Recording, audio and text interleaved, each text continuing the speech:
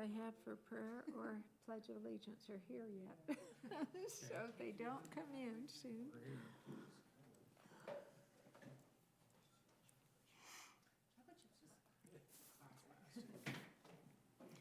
Mike, did we decide to go ahead and do the open comment? You know, the comment section, number 3. We were talking about whether we didn't do that anymore, or we decided to go ahead. I couldn't remember. Okay, I remembered on the hearing stuff, but I couldn't remember on that. So, okay, all right. Well, I'll do it on that way. Hey guys, I got, everybody almost is here except the ones I have for prayer and pledge of allegiance. So, oh, there's Mike. How are you doing, Mindy? Good, how are you doing? I thought you were she's retiring, so. I know, oh, yeah. Kids and family Yeah, over to your You guys house got on me now, Thursday? sorry, you got me. Yeah, when she retired? She retires at the end of December. Thanksgiving. Wow. Are they having any kind We have of, a wedding this week. Yeah, Oh, on they'll just December From 13th. California, She Arizona, wanted something small. This is for somebody her missing spending. red? December Grandson. 13th, 12 to 1. and I got It's respected as much 12 as. house Yeah, she Are wanted we nothing and I was talking- like, no. Are we talking about Kathy? Yeah. Yeah. Cummings, right? She's been the backbone of the city for so Oh my long. gosh, and she And she does wants something everything small. for everybody. And Yeah, she's I so know. nice, and I'm like, you can't Oh, just not no. have something. kid, how about you? Doing making it? Yeah. Busy times, huh? How are you tonight? It's good you can even be here. I bet It's you winter. kids don't have Now it's hard to find projects to do in the winter. that ways too, and I don't have little kids So at many home. projects I can. I've got a good supportive husband, so, Yeah, I do. I do too. Summer long. yeah, otherwise. Yeah. And try and have a little bit of enjoyment up in the mountains.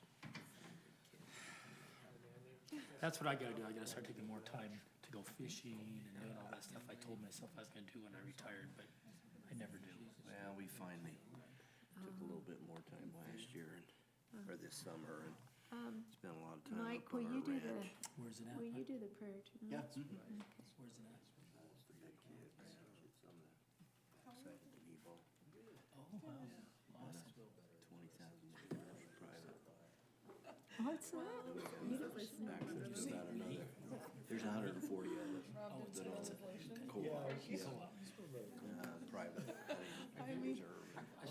We have water and sewer up there. Yeah, I could smell like some We hay don't or let something. anybody build a cabin, but we build our own campsites. I got You know, we're a doing site that that. I've improved to have about Come see Heather's. nice trailers. Come on Up in over. there and my kids can bring their trailers. Yeah, she State of makes the so art. big. Yeah, and then we It's leave our big, trailer and she's totally into from as soon as the snow miniatures. melts to Yeah. So like all the miniatures, all this Labor Day, we'll bring furniture is home to scale. before usually the deer I've hunt. got to come Just see cause it. it's about I'm happy if I can 9,000 get some feet grandparents together and up there and candy on it. Hey, it's almost We 6, basically have and I don't 140 have a pledge. 140th So if you like to do it. share of about Okay. 40,000 acres. That's cool. I had one. Got a I had fishing one pond. down. So you have your own designated little cabin area. Yeah, So that's cool. yeah. Alright. We got a nice site in the pines and quakies that we've carved out. And I went to pick it like I up say, and I I'm got just going, live oh my water to hook gosh. up to. and- So I had to bring a cord. You had to be a little nervous. Yeah, that's been a little nerve-wracking a time or two. For some reason, it's always gone around the campground Oh, that though, makes me wonder about mine. up there. And in fact, hasn't really burned that much in the ranch ever. That's awesome. Good for you. Lucky, I guess, more than anything. Yeah. It was like 21%. But it's a good way to do that, the ownership. A couple hours. See, now I could see myself doing that if I, cause I already got the fifth wheel. Yeah, You know, Mike, are having a you ready cabin for is us to like- start? That's a lot of money. in Is one the spot. microphone, that's why we, is it? because we can go up and grab our trailer and take it to where the kids want to go somewhere else, up to Lindon or something. Yeah. Ready? Yep. Okay. I'd like to welcome you to our Planning Commission meeting this evening. This is Planning Commission meeting for November 28th, 2023. Our meeting is being recorded. We're going to begin our meeting this evening with an opening prayer by Commissioner Marchbanks and then a pledge of allegiance by Commissioner Danielson.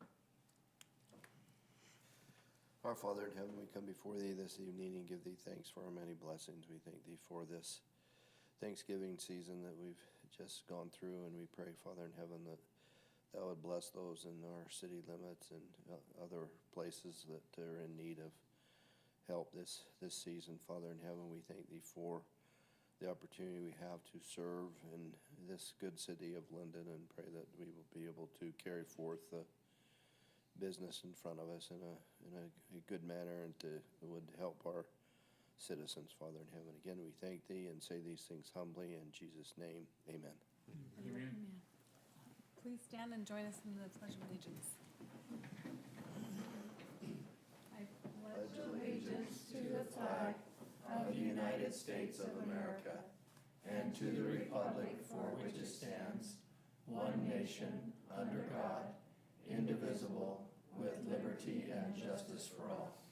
Thank you.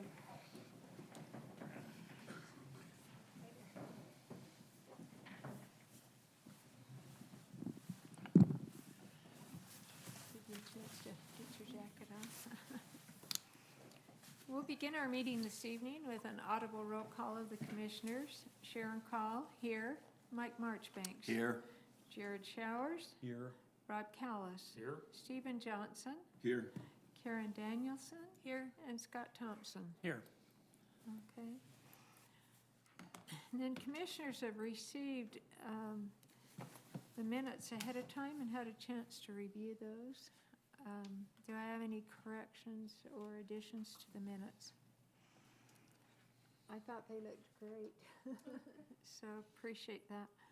Do I have a motion for approval? So moved. I'll second that. Okay, motion and a second. All in favor? Aye. Any opposed?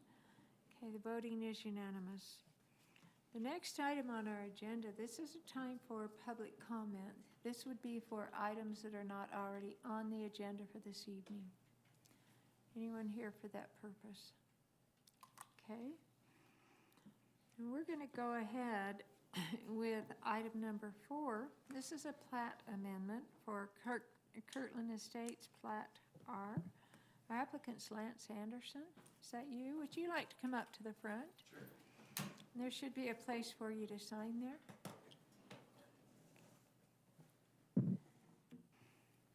Okay, and our presenting staff is Mary Barnes, and we'll let you go ahead.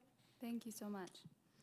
All right, so the applicant, Lance Anderson, he owns both of these lots. Let me go to an aerial image. Both of these lots, the smaller northern lot and then 1040 east, 50 south, up in the southeastern corner of Lindon. He is petitioning plat amendment approval simply to combine the lots to take out this middle/rear lot line. That smaller northern lot used to be a part of the retention pond lot on the original Kirkland Estates Plat K, but it was transferred over to the previous owner of 1040 East, 50 South in 2001. The engineers also went over that quitclaim deed and looked at the retention pond that's up there, and you know, everything's good. So we don't need that extra property, and obviously it's owned by Mr. Anderson here. The plat amendment, let me pull that up. The plat amendment meets all requirements, all subdivision requirements for the R112 zone, and all staff supports this plat amendment. There's not a lot to present on, you know, but the engineering department has gone through this plat amendment and they are A-okay with it, and so are we. So just awaiting any other further questions before your approval. I don't have additional questions. Do any of you? Any Just- questions for Just staff? clarification, so the Yeah. retention pond was owned by the city, is now transferred quitclaim. So let me show you this, just this little graphic that I put together. You can see this retention pond lot. That used to be the entire area. I see. And then in 2001, whoever owned this, Mr. Anderson's current home, At that time, they were able to, there's a quitclaim deed that sections off this pointy corner of the previous retention pond lot. And so this plat amendment will get rid of this property line in between this northern lot, which has been, his property since 2001. It'll simply get rid of that so that he wants to add on to his house. Mary, what's the improvement there? Is there a concrete pad? Did I miss the pickleball court? What is on that? Yeah, do you wanna, That is a old basketball Okay. court that the previous owner had Had put there, placed yeah. on there. And personally, I'd love to take it out, but it's just a concrete pad there. And that land is much lower than the original retention pond, so it's a much different. Yeah. It's totally separated. Yeah. It's already been landscaped and fenced, and it's part of your yard already, so Yeah. this is pretty straightforward. Yeah, you're just getting rid of the plat line, or plat. There was a little issue when we purchased the house with the titling because of that separation. And this would be great to Clean it up. clean that up and get rid of that. And I believe it's the previous owner to the ones that we purchased it to, so. Where it was the Sparks, now it's the owner that I believe originally built the house is the one who Okay. bought that. Okay. Anything else? I'll make a motion. Okay. I move to approve the applicant's request for plat amendment, approval of the Kirkland Estate Plat R subdivision with the following conditions. Applicant will continue to work with city staff to make all technical corrections as necessary to the plat before recording. Before plat recording, the applicant will update the final plat Mylar to include notarized signatures of owner's consent to dedication and obtain signatures of all entities indicated on the subdivision plat attached hereto and all other items in the staff report. I second that motion. Okay, I have a motion and a second. All in favor? Aye. Aye. Any opposed? Okay, the voting is unanimous. Thank you very much. Thank you for And- coming in. Thank you for the prayer and the Pledge of Allegiance. That was awesome. That's nice, isn't it?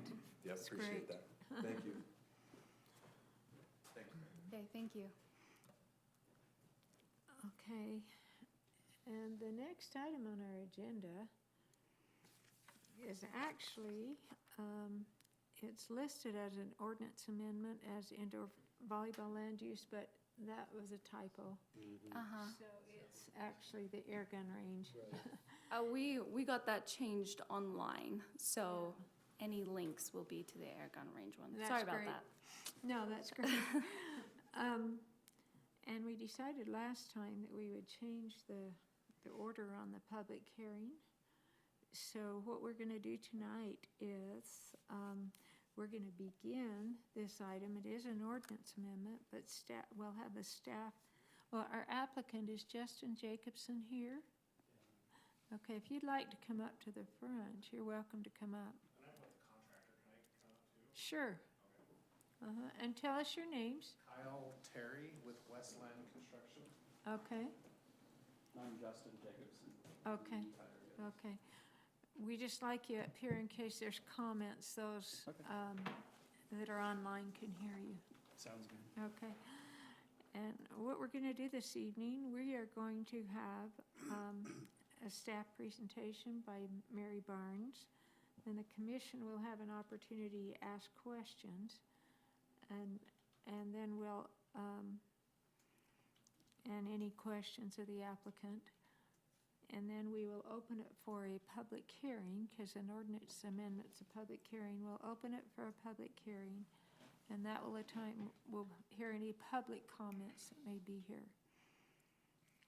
So, Mary, if you'd like to go ahead. Yes, thank you. So, like you said, this is an ordinance amendment for, the applicant is proposing an ordinance amendment to allow gun ranges inside the heavy industrial zone, in order to allow a facility called Utah Air Guns to build at approximately 120 South, 1200 West. This is their concept site plan. This is just a concept, but kind of shows what they're thinking. anyways, this would be air-powered guns only. There's no type of firearm or flammable things, included in that. I'm not a gun person, so I'm sure Mr. Jacobson would be best to ask any questions about that. Anyways, so currently gun ranges are conditional use within the light industrial, the commercial general, and the mixed commercial zones. The light industrial zone almost completely surrounds the heavy industrial zone. Staff isn't quite sure why gun ranges are just not permitted in the heavy industrial zone, but it's possible that it's just because the heavy industrial zone was specifically created to cater to heavy industrial uses, things like manufacturing or outdoor storage, that kind of thing. The general plan does state, let me come back to this little zone map here. This is the property in the dark gray, and then right here you can see there's light gray, which is the light industrial. So the general plan does state that the heavy industrial zone is, the purpose of the heavy industrial zone is to support intensive high-impact industrial activities. Then it also says the application of transitional land uses along the edges of this district will help offset the impacts of heavy industry to adjacent and nearby uses. Of course, this ordinance amendment will affect the entire zone, but it is a conditional amendment, meaning that if another gun range comes in, and keep in mind, I don't believe we've had a gun range in the city since Barnes Bullets up in the What? Barnes Bullets. And it was self-use there. Yeah, and exactly, it was a personal one, and they've since moved quite a long time ago. But if we do get a new gun range within the heavy industrial zone, and it isn't, air guns, it's something a little bit more intensive, then we have the city, the planning commission has the ability to put conditions on that use to make sure that it doesn't affect the surrounding users, and it helps to mitigate any possible effects there. Let me see. In conclusion, staff believes that allowing gun ranges as a conditional use will have minimal impact on the heavy industrial community. They are pretty much down there, it's big warehouses. There's not a lot of traffic, but there is a lot of noise, Anyways, this new gun range will help Lindon to diversify its business base, provide a new experiential business. Having an air gun range as something we can, is a great way to diversify our businesses that we have here in Lindon. And like I said, these indoor gun ranges, I will say there's no question outdoor gun ranges are never allowed. It is specifically indoor gun ranges will be a conditional use, just as it is in the surrounding districts. Any questions for me or the applicant? Do you have questions for Mary or the applicant? So if approved, you'll come back with a site plan and a building plan. So one more time. And I'm assuming the conditional use permit And a would be issued conditional use then, permit. right? Yeah, But the conditional use permit, is it based on an air gun, or is this just based on a firearm in the district? I mean, I'm not reading it as this is just air guns, it's reading it as firearm. It's just allowed anywhere. indoor gun ranges. It's an ordinance amendment to basically allow this sort of thing to happen in the industrial zone. It's not tied specifically to air guns. It's not at this No. point, it's not. So the current code kind of shows it here. There's just that one change in the heavy industrial zone. But the current code calls out indoor gun ranges and you can see that it's conditional in these commercial general areas, mixed commercial, and then light industrial area. So indoor gun ranges is already a use that's being called out. We're not creating a new use that is just air guns. We're just changing the designation in the heavy industrial area. It's interesting that it wasn't already Yeah, in there as far as I'm concerned. General commercial, but not there. Where it should be. Yeah. exactly. Well, it definitely fits there as far, I don't have a problem with it in the other lighter zones either, because very familiar with them. So tonight, all we're doing is is changing the ordinance. Uh-huh, yeah. And then the conditional use permit would be, Depending if the city council, because you guys are the recommending body, depending if the city council says yes or no, then the applicant will move forward with submitting a site plan and doing a conditional use permit. So it would be a site plan approval and a conditional use permit that would come before you probably sometime next year. following this Mm-hmm. action tonight. Okay, any other questions for the applicant or for Mary? And then we'll go ahead and open a public hearing. I'd be curious, more details about the business, how you're planning on running this business. What is it, just shoot straight lanes, is it just shoot house?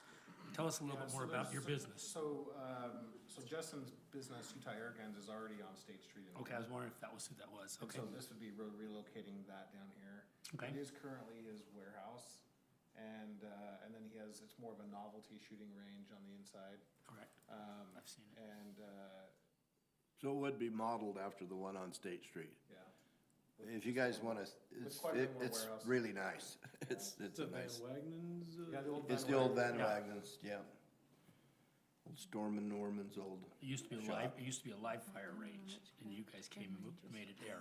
Yeah, we have a firearms range in the basement, but we've outgrown the building, so now it's a storage area as well. So it would be not in addition to that, you'd move your whole operation down there eventually is what the plan is? Yeah, the goal is to just move to one location. We're just out of space, so we need Yeah. a bigger space. We've taken on a lot of distribution and. Yeah. Do you stuff, so- sell items there? Is this a No, this is point of sale. tax would be- generation? This is the point yeah. of sale place for Lindon then? It would be, yeah. Yeah, so, right now, we're an annual, $30 million company. We're looking to do a lot more than that. Now, we've kind of taken on a lot more distribution, so, yes, that would be coming to Lindon City, so. Be great.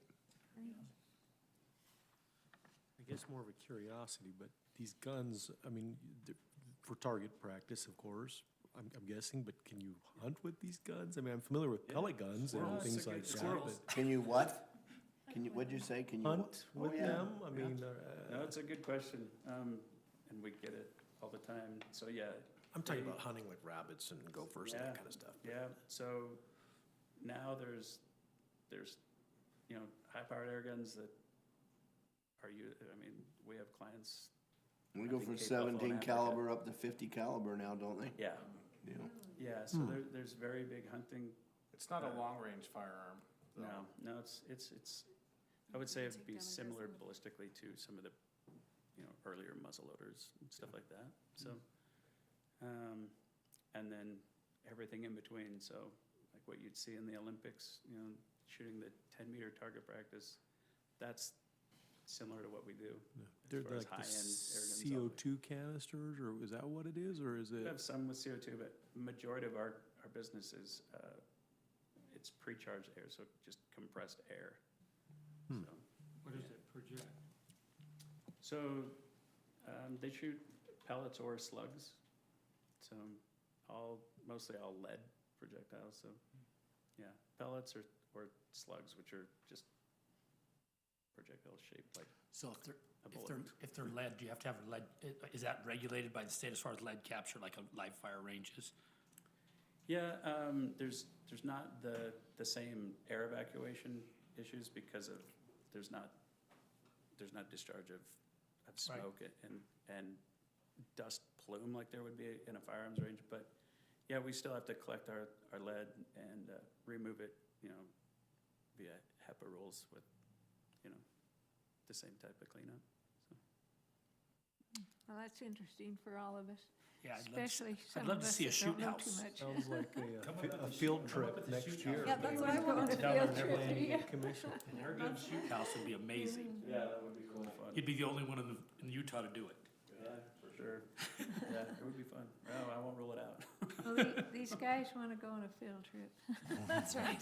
Yeah, I think, yeah, it would. You ought to check out their facility, and if you want to, in State Street, Norm. It's to give you a real good idea of what it is they're planning on doing. Okay. Cool. Well, Okay, unless off there's topic, other but- questions, other than chit chat, unless there's other questions, because this is a public hearing, for any public that may have questions tonight. We do need to open a public hearing. I move to open the public hearing. And do I have a second? Second. Okay. Motion and a second. All in favor? Aye. Aye. Any opposed? Okay, the voting is unanimous. And this would be a time for any public that are here tonight to ask any questions or anything you'd like to find out about. No one? Okay, let's go ahead and close the public hearing then. I move to close the public hearing. I second that motion. Okay, motion and a second. What? So is somebody checked the online, is there ever any comments or questions from online? Let's see. I've never seen any questions, but there's usually 3 or 4 people that watch online. Right now, we have 0 viewers. Okay, Yeah. Good point, though. just a question. Yeah, Thank you. totally Thank you. good. Okay, motion and a second. All in favor? Aye. Aye. Any opposed? Okay, the voting is unanimous. And so is there any other discussion among commissioners? No, Anything? it just surprises me that it wasn't there in the first place, so. Well, that's what staff is saying too. Yeah, Yeah, and I'm willing to make a motion if we're ready. okay. I move to recommend to approve ordinance amendment 2023-23-0 as presented. I second that motion. Okay, I have a motion and a second. All in favor? Aye. Any opposed? Okay, the voting is unanimous. And thank you so much for coming in, and we're looking forward to the expansion and doing good things. And your air gun's much more exciting to me than volleyball, so. Yeah. Fair enough. Thank you. Thank you. Okay. So when they're open, we all have to go down and go through it. Oh, that's awesome. I like being educated. Okay, the next item on our agenda, this is a conditional use permit. This is for Wheel Pro Customs at 1279 West, 300 South, Suite 2 and 3. And our applicant is Jordan Kinney. Is that you, sir? If you'd like to come up to the front, you can sign in there and. Okay, and our presenting staff this evening is Mary Barnes. Thank I'll let you you. go ahead. Yes. All right.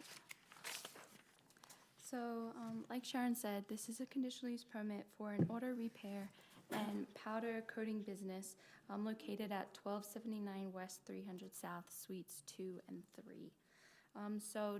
The applicant, Jordan, he originally applied for a conditional use permit for this business in 2020.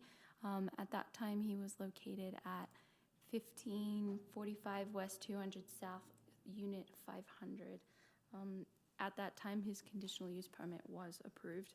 And then Wilpro Customs has recently moved to this new location, which is a little bit more out of the way, a little bit more tucked into our light industrial zone.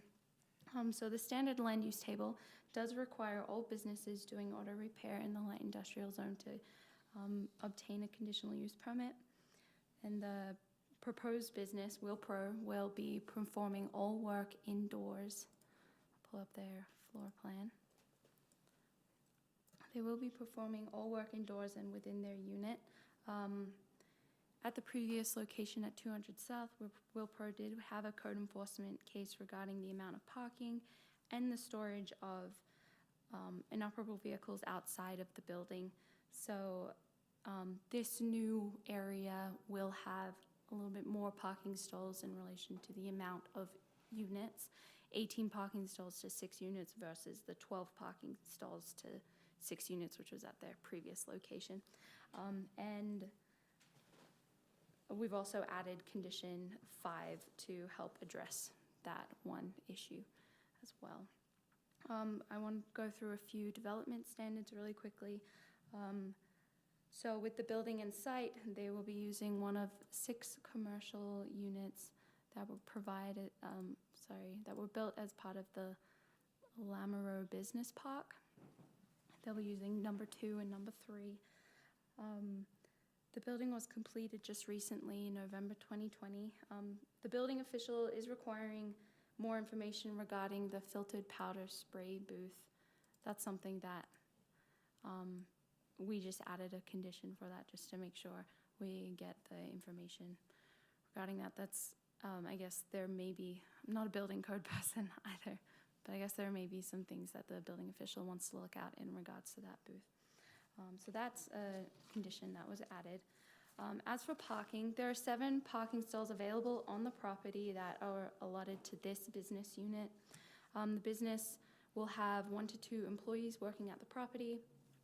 Customers will only come to the property to drop off and pick up vehicles, and then any inoperable vehicles that don't have tires in them will be within the unit. They have more room in this area to, Jordan let me know that they have more room with these 2 units than they did in their last area, so they'll be able to keep those cars inside. And then just with landscaping, the site hasn't, just, as part of the development standards, this site has not completed its landscaping requirements, and this whole project, this whole site does have a few different phases, and as those phases are going in, staff will make sure that landscaping is installed. I wanted to go through the conditions just once more. So vehicles may not be stored outdoors for longer than 72 hours, and no automobile parts will be stored outside of the building. And then that third one, that the applicant will comply with all the light industrial special provisions requirements. Those 3 are always a part of any auto repair conditional use permit. With that light industrial special provisions requirement, that's in your staff report, and it does specifically call out no person shall store partially or completely dismantled vehicles. So that's also going to help us, and that's something that we brought up with the code enforcement case, earlier this year. Number 4, the applicant will work with the Lindon City building official to ensure that the paint or the spray booth meets building code requirements. And then number 5, vehicle or wheel repairs will not be done in parking stalls or vehicle access lanes. All work will be done within the building. And staff believes that with these, based on the provided business description, the amount of employees that are going to be here and how the customers won't be staying at the location, and with the associated conditions of approval with this bigger space with more parking spots available, it's expected that this business will have a minimal impact on the surrounding properties and will be compatible with the other uses in the light industrial zone. Any questions for me or the applicant? Explain your business a little bit better. So we mostly do work on wheels, like on your car, truck, whatever. People curb them or scratch them or bend or crack them. We can fix all that. Powder coat them different colors. That's pretty much at the shop what we will be doing. I'm assuming you probably have customers who just bring the rim or the wheel and tire into you as well. Some whole vehicle. Yeah, both. Yeah, and right now, I can fit, at least 5 cars inside the shop with all my other stuff I have in there. And like she said, I got 7 spots. We got the road if needed. So doing work on the parking lot's that won't happen. Okay. Is most of your work just consumer driven, or is it like dealers bring cars to you to have them repaired before they sell them? Or? Both. I have mobile trailers also that go around to dealerships and body shops, tire shops, houses, whatever, and do work there too. Interesting. Remind me where you've been operating out of? Before this? Yeah. Just maybe like right next to the power plant, right off 200 South. Oh, okay, right off. I thought I'd seen, in the. It's right here. If that's the power plant, then it was the. Sharp, the one Trevor Sharp built there. Yeah, it's a small strip mall. Like Mary said, he was here 2 years ago. Mm-hmm. I remember. So, this is just, since it's a new location, we need a new conditional use Nope, sounds good. Just a question, I see you do, of course you do sandblasting. Is that a self-contained Yes. cabinet? Yeah, and also we don't actually do any liquid painting in there either, because I do that in the trailers. So it'd just be powder. It's got like 3 filters. I mean, there's no powder on the walls or on the floor, anything like that. It's all contained.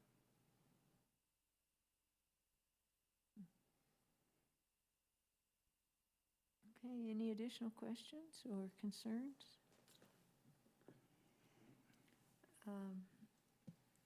Are we ready for a motion?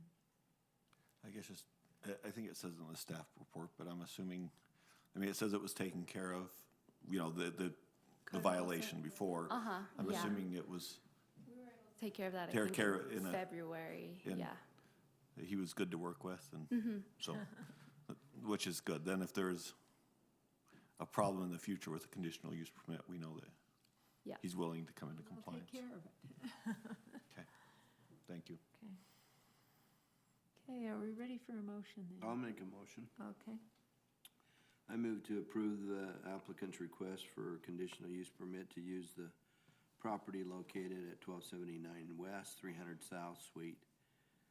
A little bit teeny tonight, 2 and 3, for an auto repair and powder coating business with the following conditions, and that would be items 1 through 6 attached in the staff report. okay. I have a motion. Do I have a second? I I'll second. it. There you go. I Okay. second it. Okay. Motion and a second. All in favor? Aye. Any opposed? Okay, the voting is unanimous.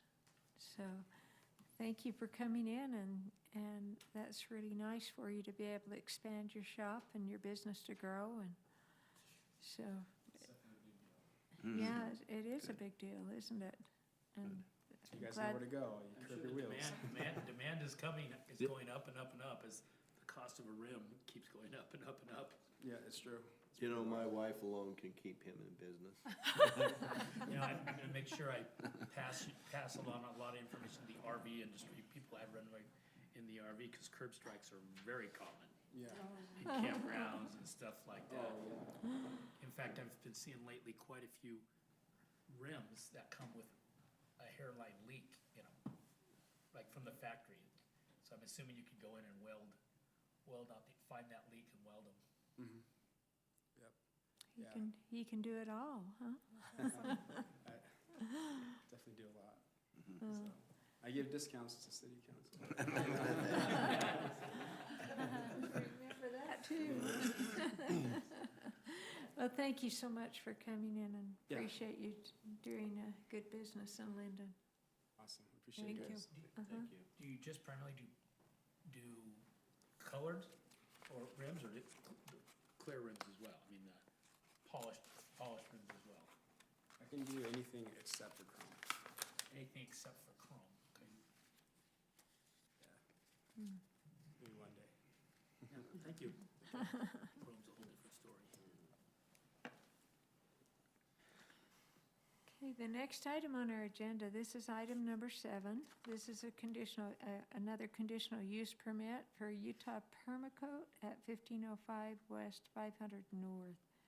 And our applicant is Dave Allison. Our presenting staff is Mary Barnes. Are you Dave? Would you like to come up to the front? And you can sign in there.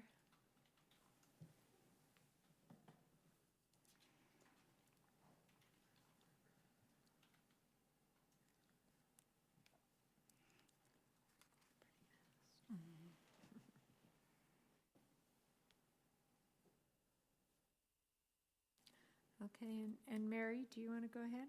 Yes, so first, we mailed out notices on November 17th, and we, just at 5:41 PM, we got an email from a resident. So I'm gonna give this to Rob, if you could pass that down. We'll talk about it at the end of the presentation.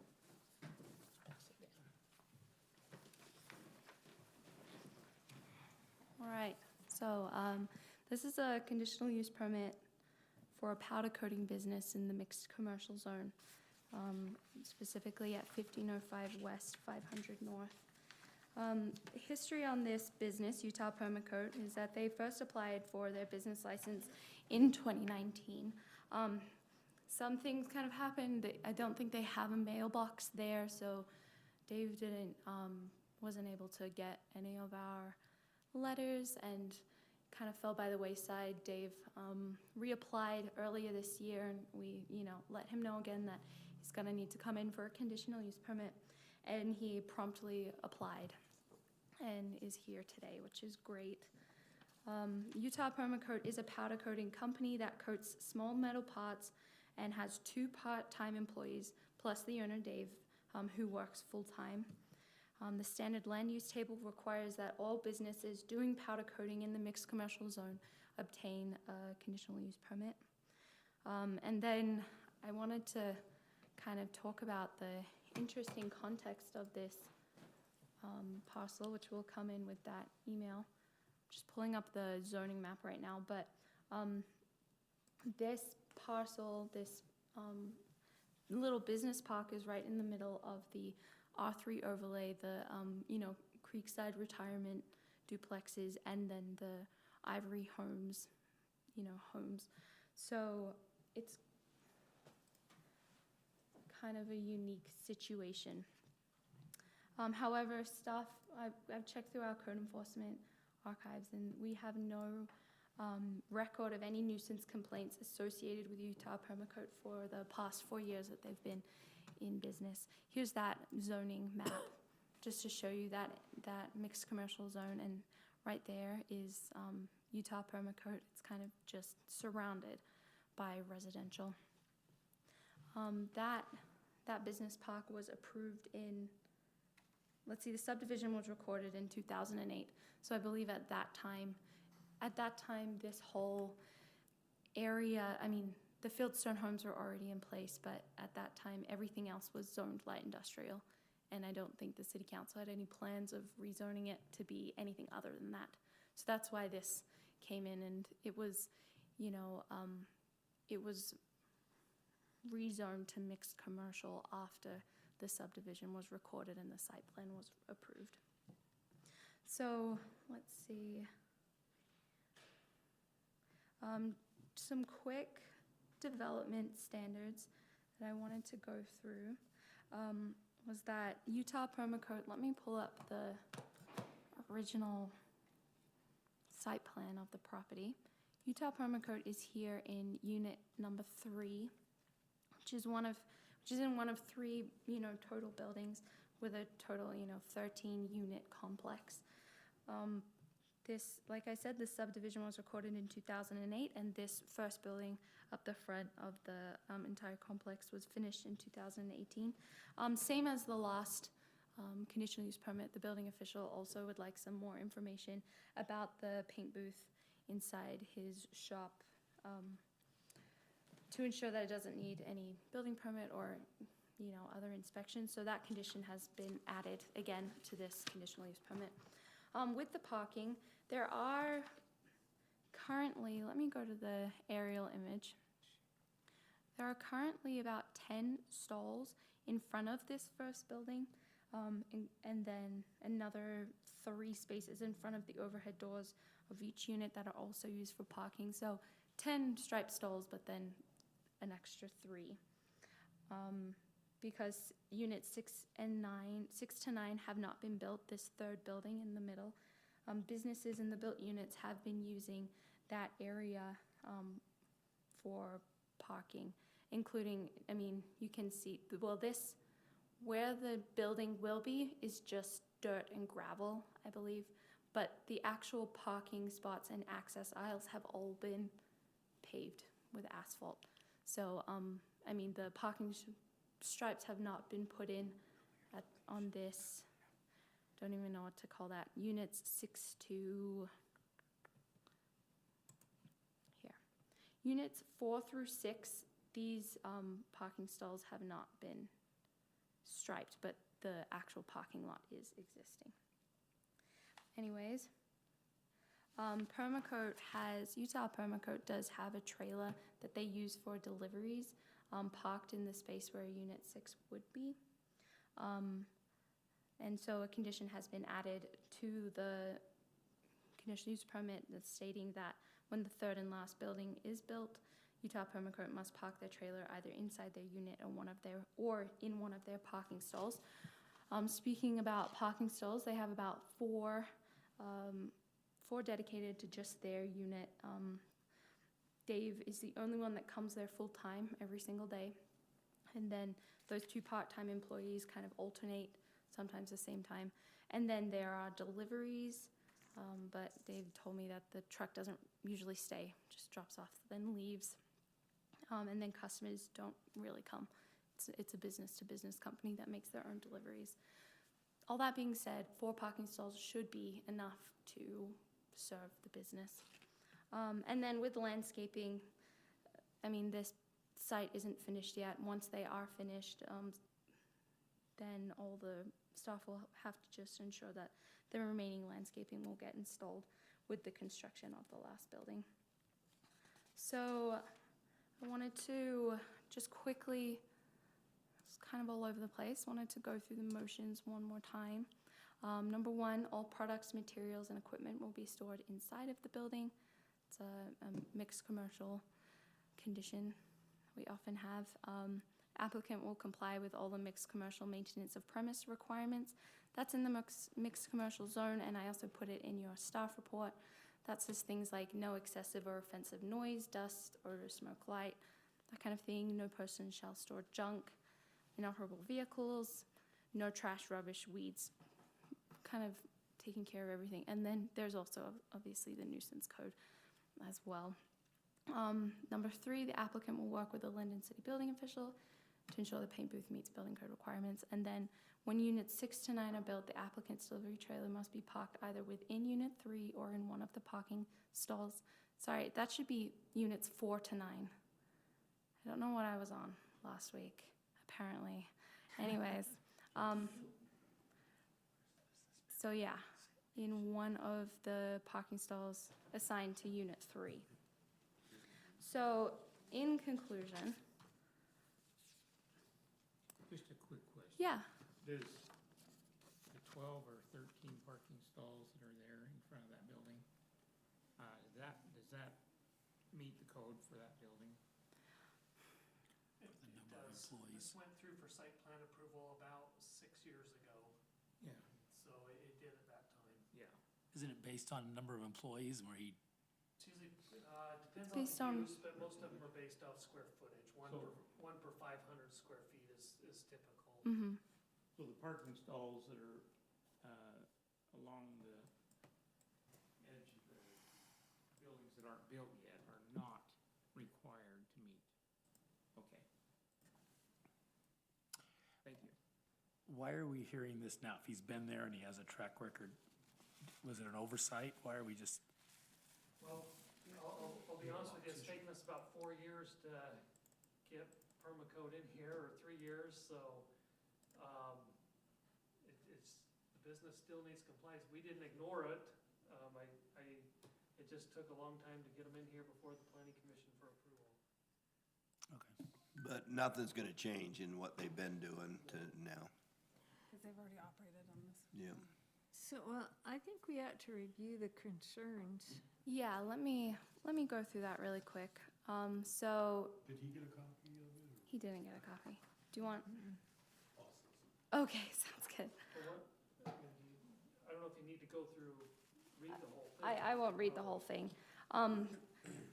Just basically, the concerns seem to be that this resident lives close to this business, and she's worried about noise pollution and how the powder will possibly, inhalation of powder, will that cause side effects?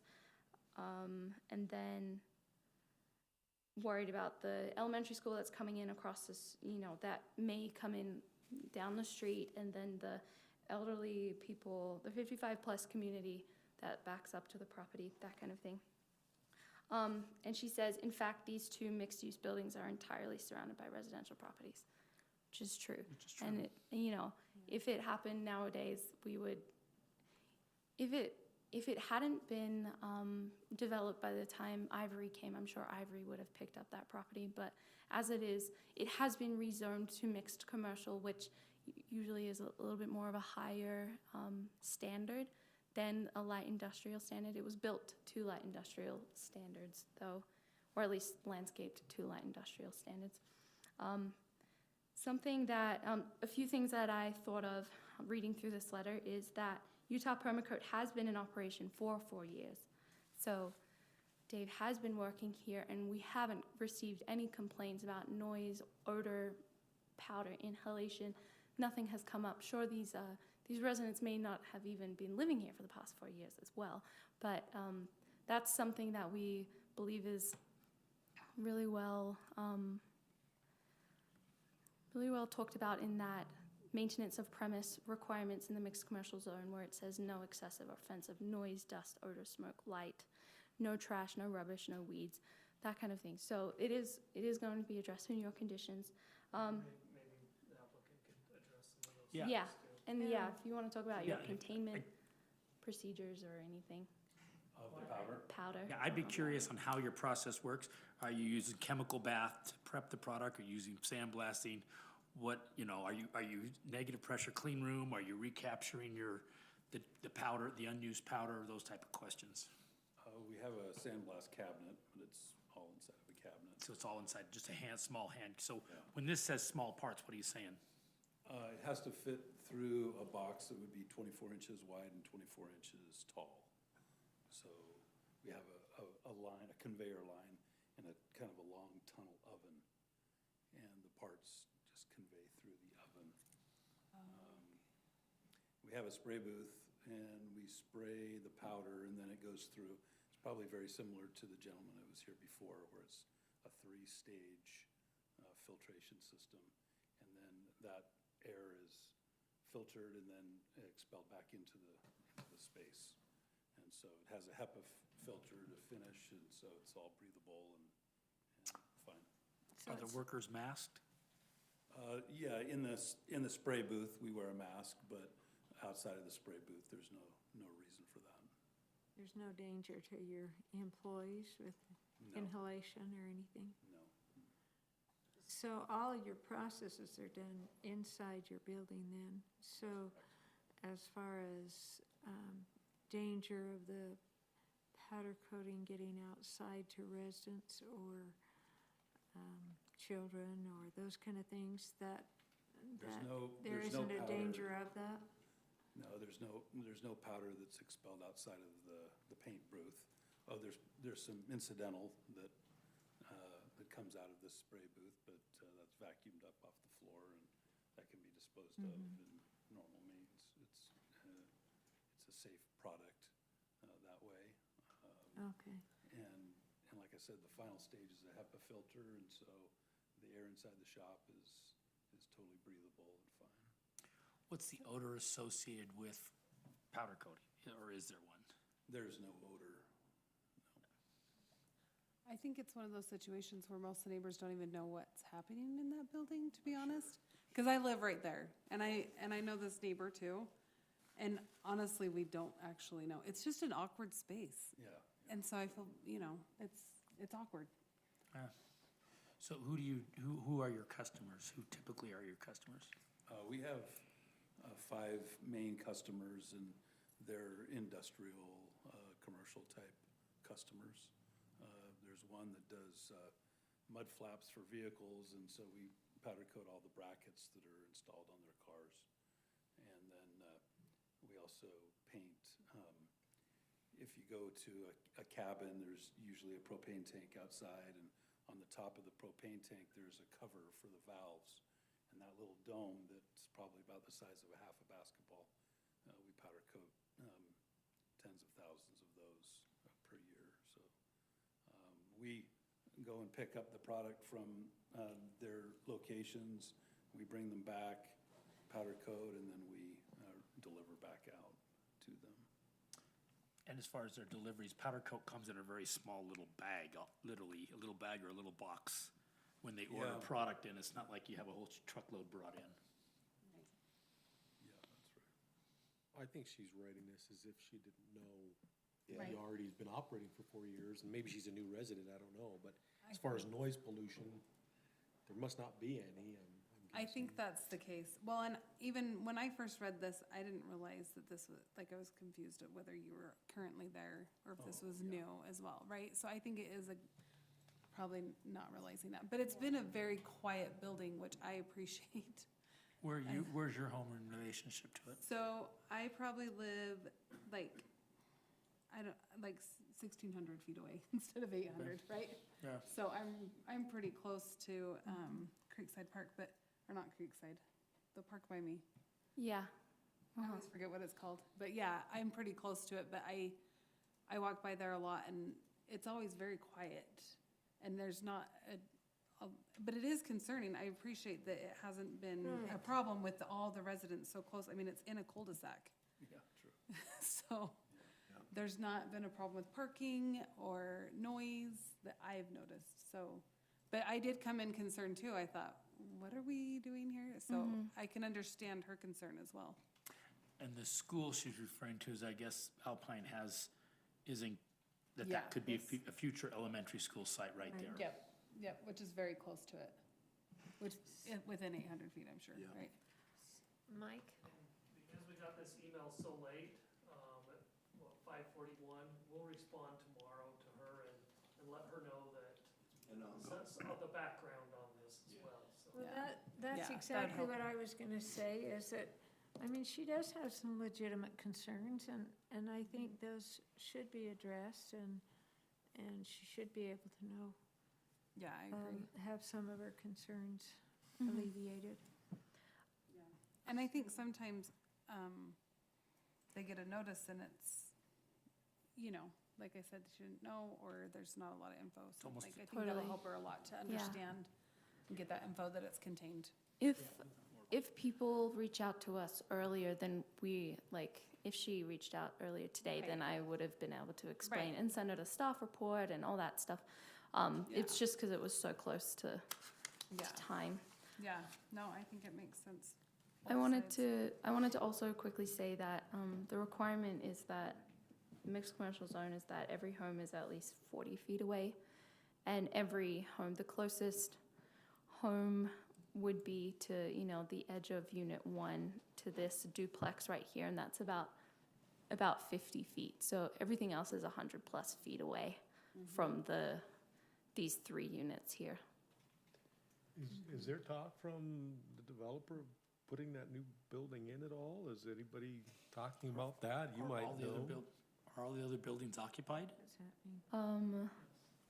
I know that, I'm pretty sure that this front building is occupied, but Dave, you'd probably have a Yeah, better. the front building is occupied, the back building, they're using it, but they don't use it very often. It's not like constantly being used. I guess it's an awkward space for you guys too, the neighborhood and you. Yeah, that's true. Are you leasing? I am. Can you address why it took so long? To get in here? I thought that we had taken care of that when we moved in. In fact, I'm quite sure that we've paid a couple times. Is that not right? I think you paid in 2019, and the planner before me, Anders, called a Karen, I think, or Kelly, and talked to her about the need for a conditional use permit. We have a note in our file, and she said to call you, and so he called you and left a message, and then nothing ever happened, and so a few months later, he sent a letter, and then our business license official at that time also sent a letter, but they both came back as undeliverable because there's no mail receptacle. And so the business license official letter said that your business license has been denied due to lack of conditional use permit. And then earlier this year, you reapplied, and that's when these talks started. I reapplied earlier this year because I think I was responding to some correspondence that I had received from you. Oh, okay. And previous to that, I had no idea we were not in compliance. Mm-hmm. So that's the reason. Just an oversight. Well, appreciate you coming in and getting things taken care of. Do you have a mailbox now? Still don't have, there's a mailbox, but I am not gonna ever check that mailbox. I don't have a key, and, How do you get your correspondence? I don't get it through mail. Email and text and those Text, kinds of that type of things. thing. Okay, okay. Well, if we've had our questions addressed, anyone else have any other comments? So do we have your email on file now with the city when we need to Yes. get hold of him? We can get a hold of him. Okay, I've tried to be responsive once I knew that Yeah, there was a once, situation that I needed to take care of. once we sent out an email, we sent it out, I can't remember when, but he responded immediately, but it was in this weird period where we didn't have a planning commission for 3 weeks, and then there were other issues, and so it got pushed back to now, but Mr. Allison has been super responsive, super easy to work with okay. this conditional use permit. Are we ready for a motion then? Would you like to go ahead with that? Jared, how about you? Sure. I was just trying to get it pulled up here. I move to approve the applicant's request for a conditional use permit to use the property located at 1505 West, 500 North for a powder coating business with the following conditions. 1, all products, materials, and equipment will be stored inside of the building. 2, the applicant will comply with all of the mixed commercial maintenance of premise requirements found in section 17.50.100 of the Lindon City Code.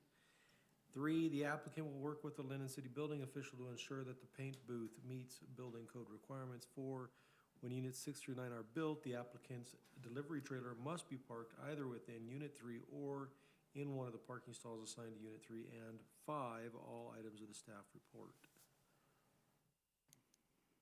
Okay. I'll second that motion. And is 6 through 9 the correct number? That's what I wondered, You is say that? 4 through 9. 4 through 9.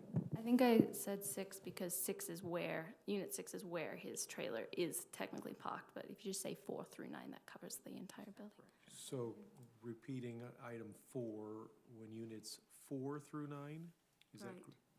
4 through 9 are built, the applicant's delivery trailer must be parked either within unit 3 or in one of the parking stalls assigned to unit 3. I'll second that. I have a motion and a second. All in favor? Aye. Aye. Any opposed? Okay, the voting is unanimous. Can you make a recommendation on powder coating for larger items like a handrail? In Lindon, preferably in Lindon. I think advanced powder coating. Okay. I think that they do that. Okay, thank you. Yeah. That's my next project, so. Okay. Well, thank you for coming in Okay. and getting that taken care of. All right. Appreciate it. Thanks. I'll send you something.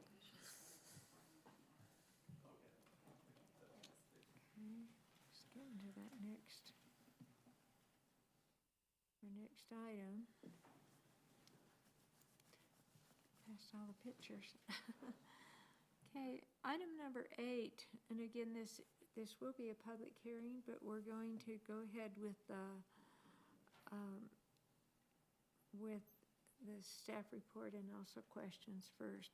So the item number 8, this is amending 17.02 definitions, 17.08 city council review, 17.09 land use and appeal authority, table number 1, 17.32 subdivision special requirements, and 17.33 amending a recorded plat. And our applicant is Lindon City. Our presenting staff is Michael Florence. I'll let you go ahead. Okay, thank you, Commissioners. As we talked 2 weeks ago, this is now holding the public hearing for these items. And so, thanks to our state legislature, we have a lot of work to do to update our subdivision code. We'll also be updating all of our a bunch of our design standards manual. That just goes to City Council, but they'll be also reviewing that next week at their meeting if you recommend this approval tonight. So House Bill 174 talked about the process of subdivisions and the process we need to now follow. that the city has to designate an administrative land use authority. So that's what we're doing, is designating the planning commission as the land use authority for subdivisions. State law required that we only needed to designate, like the planning commission, for example, for single-family subdivisions, two-family subdivisions, and townhomes. But we're recommending as city staff that the planning commission review all subdivisions and be the final review authority on, or the preliminary review authority for all subdivisions, including commercial subdivisions and condominium subdivisions. So that's one of the amendments in this. And it prohibits the city council from reviewing subdivisions, like I said, for single-family homes, townhomes, and two-family subdivisions. Are other cities doing it this way too? Some cities, yeah, there was a big meeting I listened to today with the Utah League of Cities and Towns. Some cities are just going to, depending on the subdivision, but they're going to just staff review for some subdivisions. Like Clearfield, they're just having their city staff hold the public meeting and approving subdivisions.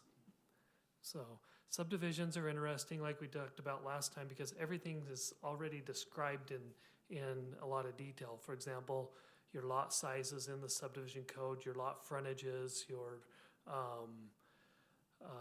lot widths, your street width requirements, your pavement requirements. All that's already adopted and established in our city codes, and so these really are administrative.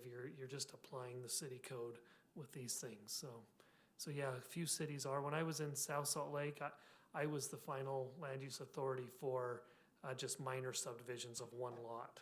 So when someone wanted to, or no, 2 lots, 1 and 2 lot subdivisions. So. Well, that definitely expedites it, because I know when I've been through that process before, I've had to wait for a planning meeting, and then I've had to wait for a city council. I mean, that added 3 weeks. Yeah, at least. That process. Yeah, yep.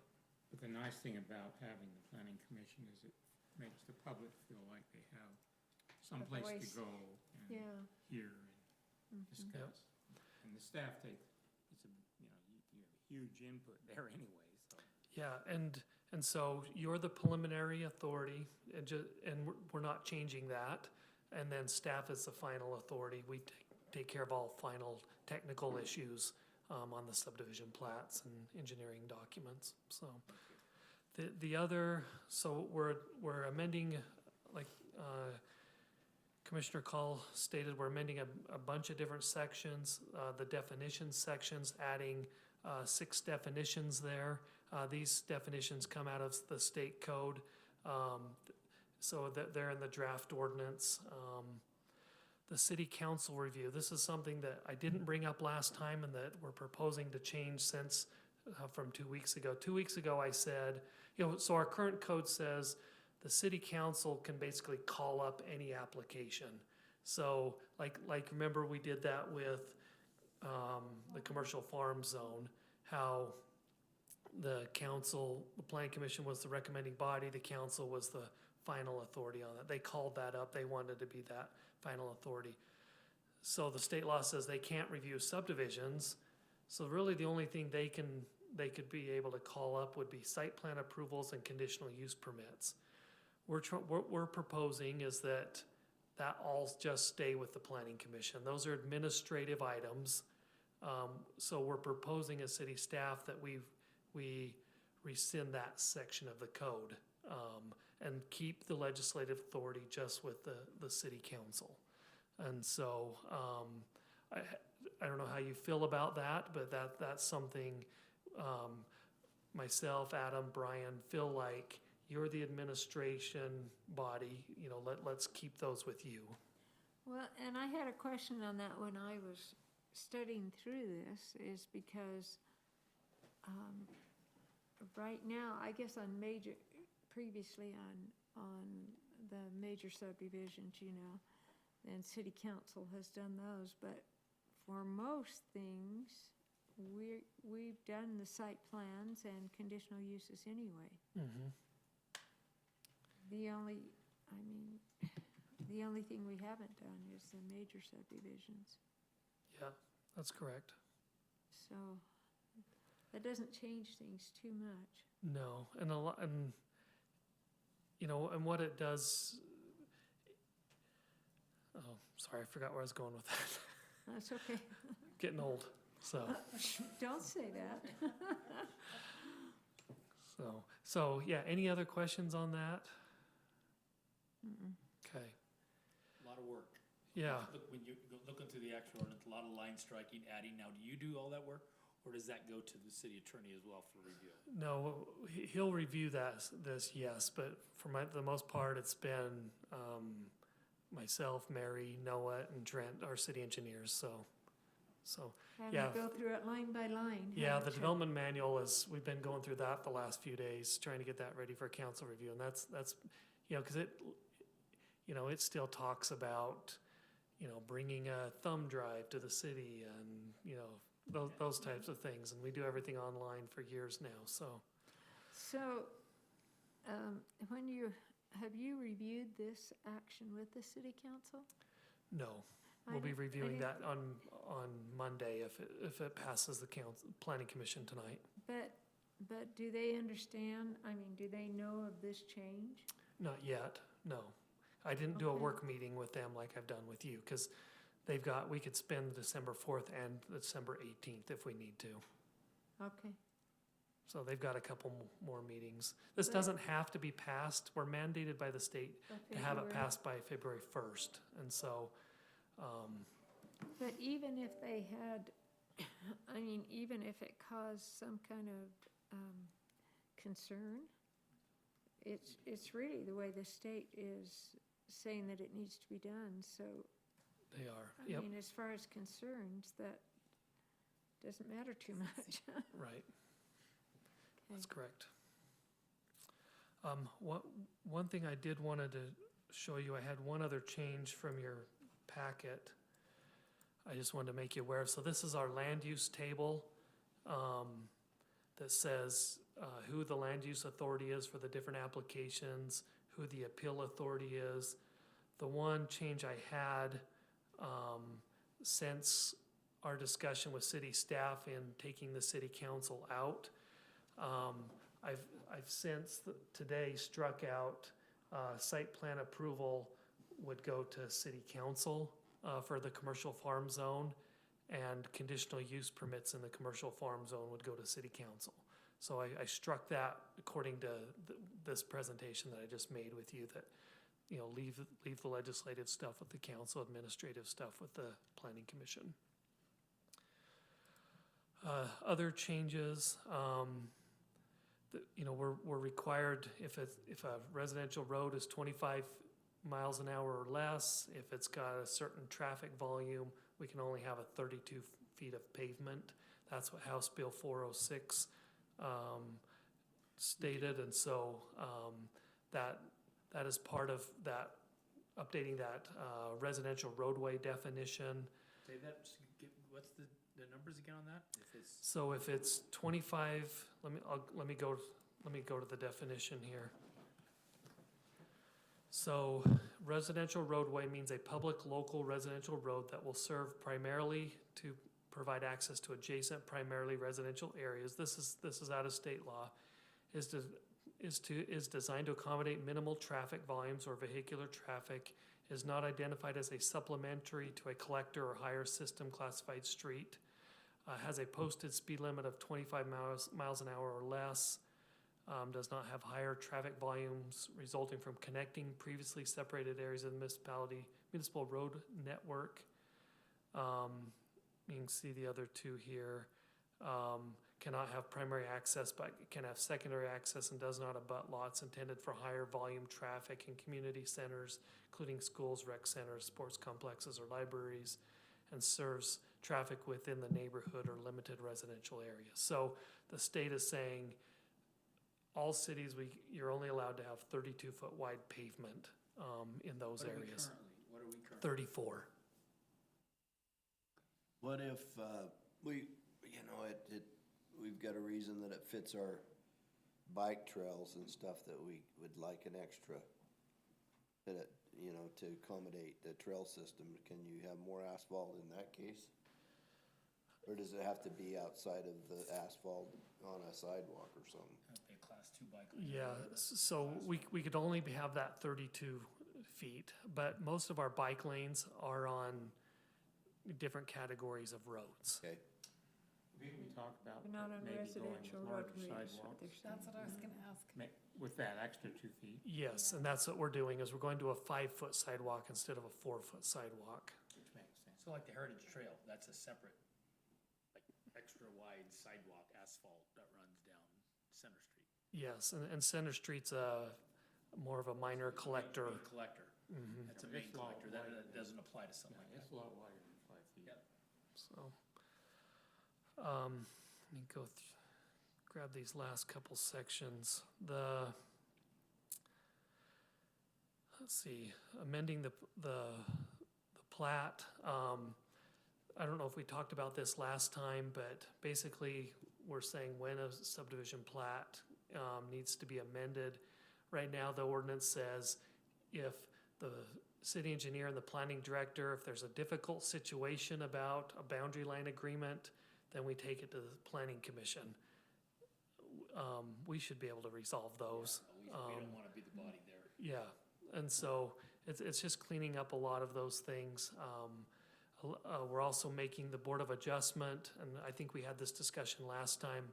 Right now, we're calling out the Board of Adjustment as more of an appeal authority along with their variance authority. But we're looking at changing that to an administrative law judge here next year. So, with that, I'd be glad to answer any questions that you might have. A lot of work, thank you. Yeah. It's a lot of coordination, finding every little section of the code that you may have, Yep. you know, something that doesn't coordinate. Go a million different directions when it comes to law. Yeah. Well, and we kind of reviewed this last time, so we knew it was coming. Mm-hmm.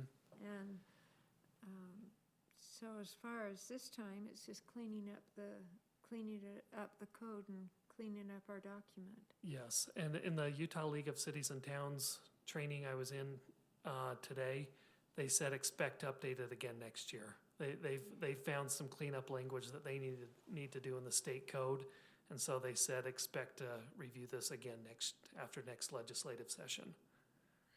So, Okay, now you said the city council actually has 2 times to possibly, but what would they be able to change as far as? well, they may just have, like, you know, maybe the land use authority, maybe they want to keep some of that, you know, and so, you know, that. But can they on subdivisions and Not on things like that? subdivisions, but site plan and conditional use permits, they could if they felt they really wanted those. Okay, now conditional use permits, don't we do all of those now? You do, but the ordinance says that the council could call that up, and so the planning commission then becomes the recommending body, the council becomes the final authority on Oh, that. okay. So Only if they call it up. only if they call it up, but we're saying just leave that at planning commission. And if it needs to, the planning commission, they know this stuff, if it needs to be appealed, then it would go to the Board of Adjustment. I don't recall, but I'm sure it's happened when they have called up or questioned a conditional use permit that we've gone ahead with. No, and the ordinance says that they have to be notified first, and then make the decision if the planning commission's going to be the recommending body and they want to hear it. So like with Wadley Farm, or the commercial farm, with Wadley Farms, I went to them and said, look, there's all these applications, there's site plan approvals, ordinance amendments, conditional use permits. Are you okay with the planning commission? And they said, no, we want to hear that. Okay, And so that's why you were the recommending body. okay. So that will continue with that kind of stuff. We're saying don't continue with that. Let's just leave it at planning commission for subdivision, site plan approvals, conditional use permits. And it really makes the process more difficult for an applicant, because I'm telling them, okay, now you gotta go to another body just because they want to hear it. You know, when we have good standards in our ordinances, we have good processes, you know, that they need to just put that trust in you guys and let you deal with it. Okay. wasn't there some timing, issues in this bill? That once an applicant makes application, staff has to respond? Yep. Was that a different bill, or? No, this is that's still House Bill 174. So when an applicant submits a complete application, we have 15 days to review it as city staff. And then. I'm not seeing that in here, though. Did I miss it, or is it? No, I didn't put that because it's in the state code. Oh, So I didn't put that same language in here. I you don't can, have to. but I don't have to. No. So tell us what that is, though. It's 15 days. Yeah, what now? 15 days to submit, the city, once an application is submitted, city staff has 15 days to do its first review. And then we have up to 4 review cycles to review a set of plans. So we have to make sure every time a set of plans come in, we need to make sure that they addressed our comments, because they don't want us going back and adding more and more things. So we need to make sure that if an applicant didn't address all of our comments, that we don't accept that as a review cycle. Cause that's been an issue too, like you address the comments and then the next thing you know, they're kicking it back out with additional comments. Mm-hmm. So that's sort of designed to Yes, eliminate that headache for people. that's correct. A moving target. Yeah, exactly. Mhm. Yep. Okay. Are there any other questions for staff? And then I guess to follow procedure, we're supposed to open a public hearing. There isn't public here, but I guess to follow that procedure, we need to. So I need a motion to open a public hearing. So, go ahead. I'll second. Motion and a second, all in favor? Aye. Aye. I Any move to opposed? close the, I second that. Okay, okay, there's no public, so, do you have a motion to close the I public did. hearing? I moved to Okay. close the And public I seconded hearing. it. Motion and a second, all in favor? Aye. Any opposed? I guess we Okay. can make a note in the record that there was no public hearing. Yeah, they're That's why we voting did that this so quickly. unanimous. Well, there's no time or minutes on her minutes up there, how long it took us to do that. I'm ready for the motion if you want. Okay, so as far as that goes, we have passed it. We need to make a Oh, we motion. need to make a motion. Oh, wait, no, we need to make a motion. This is, I make the motion. I move to recommend approval of ordinance 2023-22-0 as presented with the changes by staff.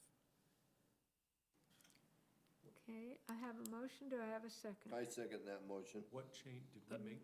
That We was didn't make changes. striking out Oh, that section in Yeah, that so- land use table that I brought up. okay. Okay. Okay, I have a motion, do I have a second? I did. Okay, motion and a second, all in favor? Aye. Any opposed? Okay, the voting is unanimous. Okay, so we don't need to do anything else on that, it just all goes to city council. Yep, that's correct. Okay. And that's the last item on our agenda, so are there any concerns or issues the commission would like to bring up? Anything? I was thinking on that building down there, do you think they would be willing to let people kind of see their process so that they feel more comfortable about it? I didn't think about asking him while he was here, but I wonder if that would help the neighbors feel more comfortable with their kids playing outside and Yeah. everything as an option. We can definitely ask him. Okay, that'd be great. Yeah, I think there's a lot of education on that, on powder coating process. I mean, because there are some chemical bath processes which they don't use.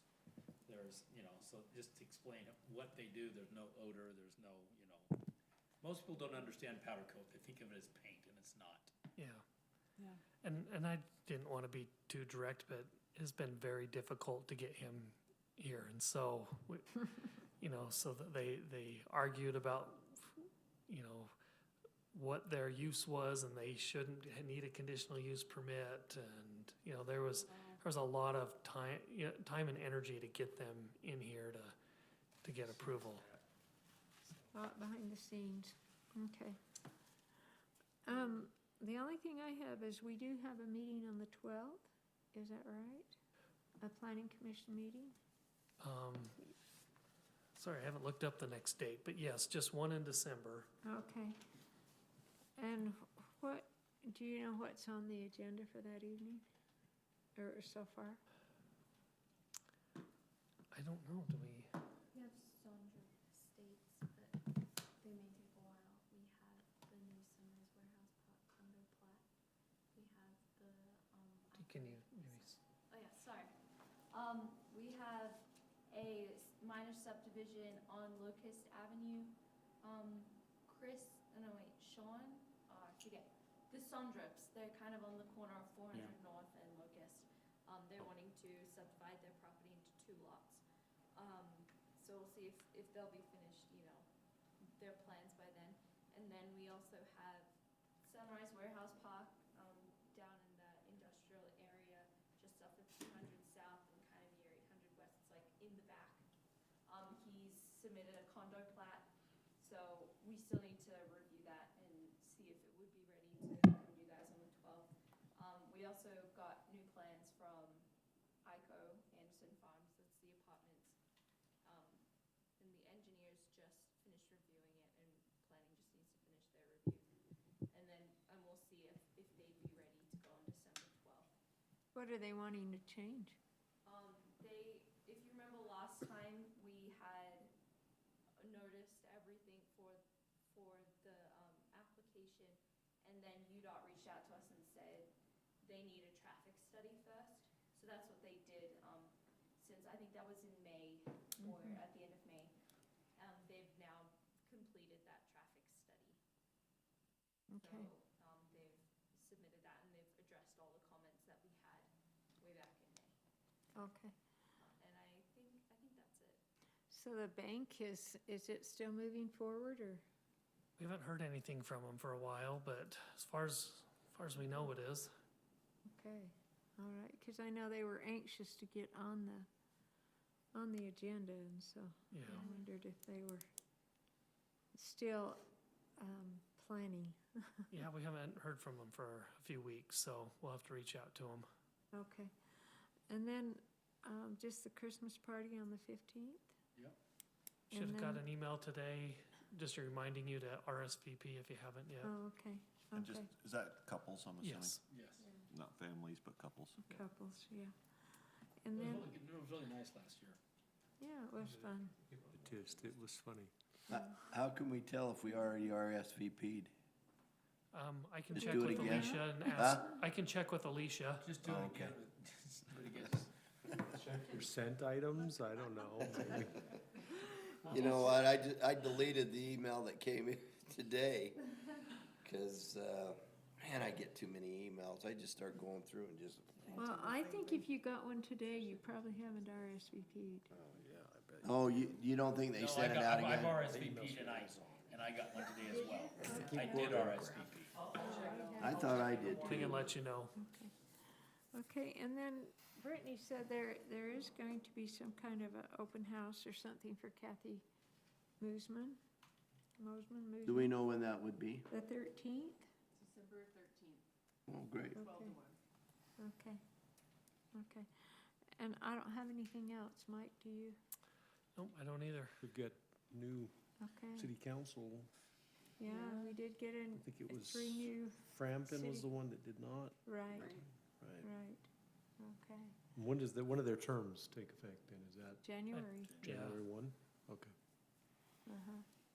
so. yeah, Of course, well, that's not official, right? Yeah, Until they it's have, canvassed yeah, next the council February. has to, I can't remember the technical term, but the council has to approve the election on that. And who are they replacing then? Is Van Randy? Cherry, Yeah, Randy Commissioner Powell. or Councilmember Powell, Councilmember Magleby, and Councilmember Magleby. Vanchery.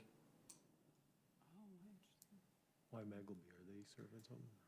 They, I don't know. Oh, I- okay. Just in visiting with him, they just aren't sure what their plans are over the next 4 years. I didn't know if they'd received a call or something. And I or don't something. think yet, but they're hoping for that. So, but I don't know all the details on that. Okay. Well, I don't have anything else, so let's have a I guess I'll just say, motion to- I might be late on the 12th, looks like today. So Okay, we'll see. It's the one day my son gets to video call between 5 and 6:30, and so. oh, you're missionary? Yeah, so Oh, gee. if I'm a little bit late, that's just because that's when I got to talk to him. Oh, that's. One more calendar that's item, really, precious time. real quick, the tree lighting, annual Monday. tree lighting they do is on Monday at 6, and so city council will be pushed back to 7 that night if you're interested. Okay, and then, the Santa's thing will be going through town on Wednesday, so. After the tree lighting, on Right. Monday, they have the, like, right after we finish, we'll all sing, "We wish you a Merry Christmas." And then Keith has Santa coming in on the fire engine for the Santa extravaganza as well. In the And then- community center? In the community center, and then on Wednesday, they're doing that parade. Parade. Okay, So it should be fun. yeah. Does sound fun, thank you. Brittany, is the reminder gonna go out on Mosman or no? Yeah, I'll send it out probably on the 1st. Okay, Or tomorrow, maybe Okay. tomorrow, and then I'll send it out weekly. all right, thank you. Okay. Did we do a motion to adjourn? Okay, do I have a motion to adjourn? Meeting? So moved. Okay, I have a motion, do I have a second? Second it. Okay, all in favor? Aye. Aye. We did pretty good on that time, you guys.